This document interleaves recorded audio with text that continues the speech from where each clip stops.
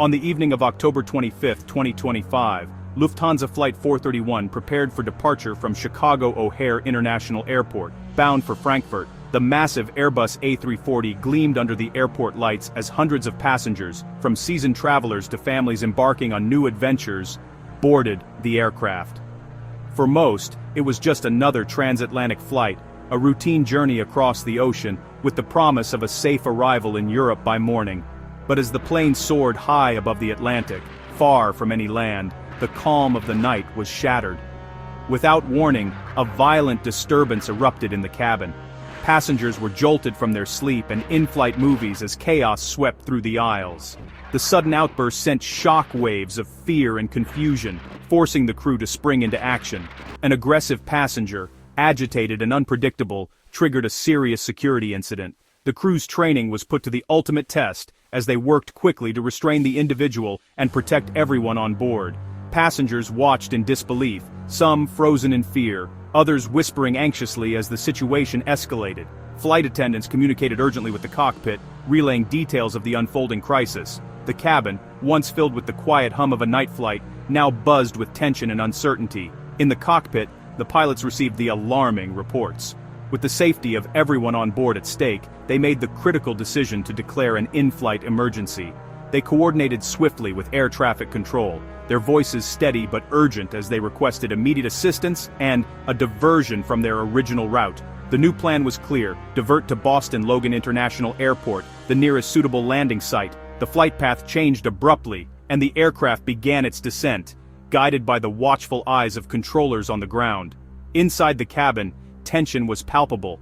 Passengers clutched their seatbelts, some holding hands, others silently praying. Even after the immediate threat was subdued, the fear lingered. Every bump and turn during descent felt magnified by adrenaline and uncertainty.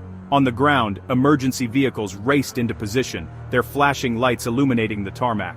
Fire trucks, ambulances, and security teams stood ready, underscoring the seriousness of the situation and the potential danger that had just unfolded in the skies above. As the plane came to a stop, passengers looked out the windows in disbelief. The reality set in. This was no ordinary delay or diversion. They were at the center of an international security crisis, their journey interrupted by events none could have anticipated. Under the watchful eyes of law enforcement, passengers disembarked one by one, many still shaken by the ordeal. The aggressive passenger was taken into custody, and the investigation began.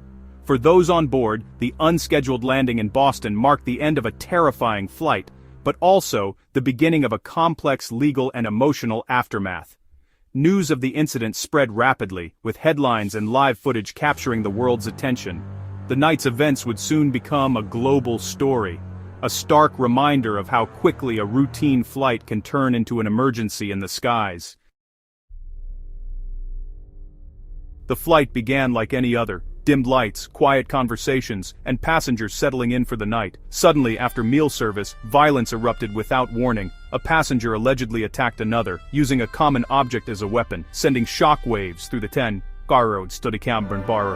Screams and a struggle broke the silence, leaving passengers confused and terrified. The crew, trained for emergencies, rushed to intervene as the situation escalated. The assailants' aggression didn't stop at one victim, creating a dynamic threat for everyone on board. The sense of security was shattered, and the crew's response became critical to preventing further tragedy. What began as a simple altercation quickly became a full-blown crisis. The professionalism and quick action of the crew would prove vital in the minutes that followed. The first victim was a 17-year-old boy, dozing in his seat after dinner. He was completely unaware of the danger that was about to unfold, lost in the gentle hum of the airplane and the comfort of a full meal. The cabin lights were dimmed, and most passengers were settling in for the long flight ahead, some reading, others watching movies, and many, like the boy, drifting off to sleep. Without warning, Praneeth Kumar Usirapalli, seated nearby, allegedly stabbed the teen in the collarbone with a metal fork from the meal service. The attack came out of nowhere. One moment, the boy was resting peacefully, and the next, he was jolted awake by a sharp, searing pain. The attack was swift, brutal, and utterly unexpected. In the blink of an eye, the calm atmosphere shattered, replaced by a surge of panic and disbelief. The boy's eyes flew open in shock, his body recoiling instinctively from the sudden violence. The teenager's cry of pain echoed through the cabin, piercing the quiet and alerting nearby passengers. Instantly, fear and confusion swept through the rows as people turned to see what had happened, their faces registering alarm and disbelief. The use of a metal fork, a seemingly harmless item, highlighted how everyday objects can become dangerous in the wrong hands. What was meant for a simple meal had been transformed into a weapon, a chilling reminder of how quickly normalcy can turn to horror. Panic spread rapidly as the assailants' aggression continued. Flight attendants trained for emergencies but rarely for violence of this kind rushed down the aisle, their faces tense with urgency. Passengers clutched their armrests, some ducking down, others frozen in shock. The initial stabbing was not an isolated act, it was the start of a terrifying chain of events that would leave everyone on board shaken. Each second felt stretched, the tension mounting as people realized the threat was not over. The crew now faced the urgent task of aiding the injured teenager, while also trying to contain the assailant.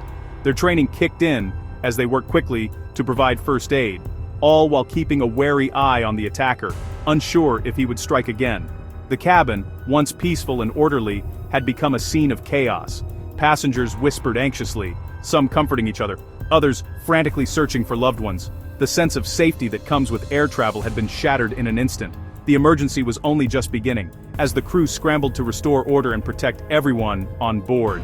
The true extent of the danger was still unknown. The next moments would test the courage and resolve of everyone trapped inside that aircraft.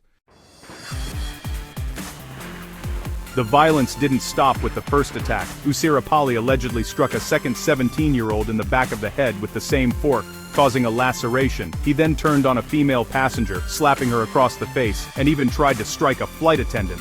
The randomness and speed of the attacks left everyone on edge. No one felt safe.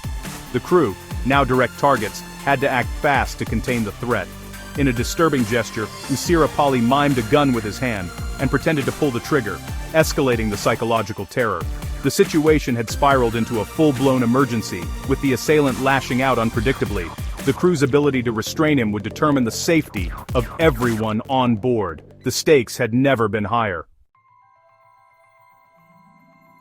The flight attendants sprang into action, their training kicking in as they quickly formed a human barrier between the assailant and the rest of the passengers. With calm determination, they positioned themselves in the narrow aisle, using their bodies as shields to protect those behind them from further harm. Using clear, authoritative commands, the crew directed passengers to stay seated and remain calm. Their voices cut through the chaos, providing a sense of order in a frightening moment.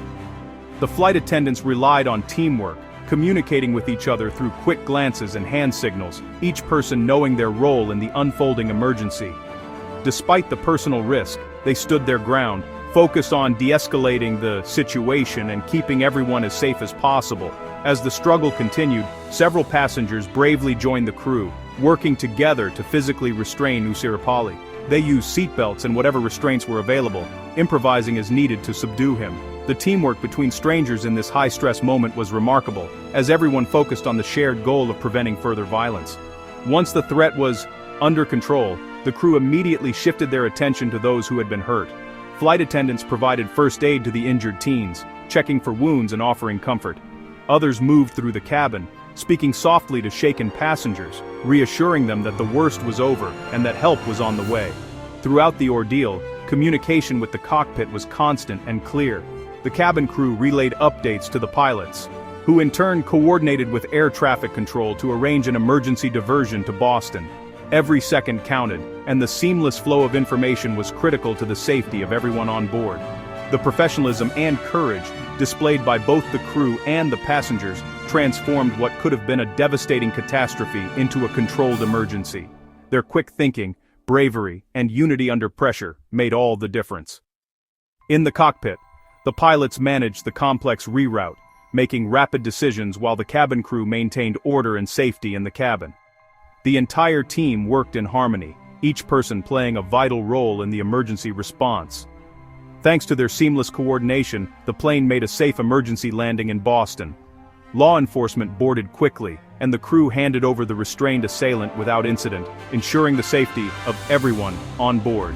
The immediate crisis had been contained, but the emotional impact of the ordeal would linger for everyone involved, a stark reminder of the importance of preparedness and courage in the face of the unexpected. After landing, authorities arrested Praneeth Kumar Usirapalli, a 28-year-old Indian national. He had entered the U.S. on a student visa, most recently studying for a master's in biblical studies. At the time of the incident, his legal status had lapsed, making him unlawfully present in the country.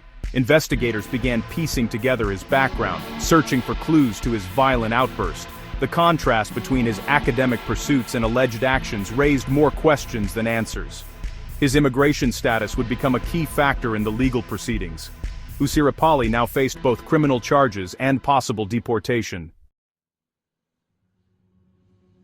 Upon arrival in Boston, Usirapalli was taken into custody by state police and handed over to federal authorities. He was charged with assault with a dangerous weapon with intent to do bodily harm while on an aircraft, a serious federal felony. The charge reflects the use of the metal fork and the intent to injure, ensuring the case would be tried in federal court. Usirapalli's initial court appearance would address the charges, legal representation, and custody status. Prosecutors were expected to argue for detention without bail, citing flight risk and danger to the community. The legal process was just beginning, with multiple hearings and a closely watched trial ahead. The outcome would hinge on the evidence and the rule of law. The ordeal didn't end with the emergency landing. Passengers and crew were met by authorities, and the injured teens received further medical care. Lufthansa scrambled to provide accommodations and rebook flights for the stranded travelers. Many passengers, though physically unharmed, faced lasting psychological effects from the traumatic event. The crew, praised for their heroism, also had to process the emotional toll and provide statements to investigators. The incident was a stark reminder of the fragility of safety in the air. Passengers expressed gratitude for the quick actions of the crew and fellow travelers. The shared crisis forged a sense of community among strangers. As they continued their journeys, the memory of that night would stay with them.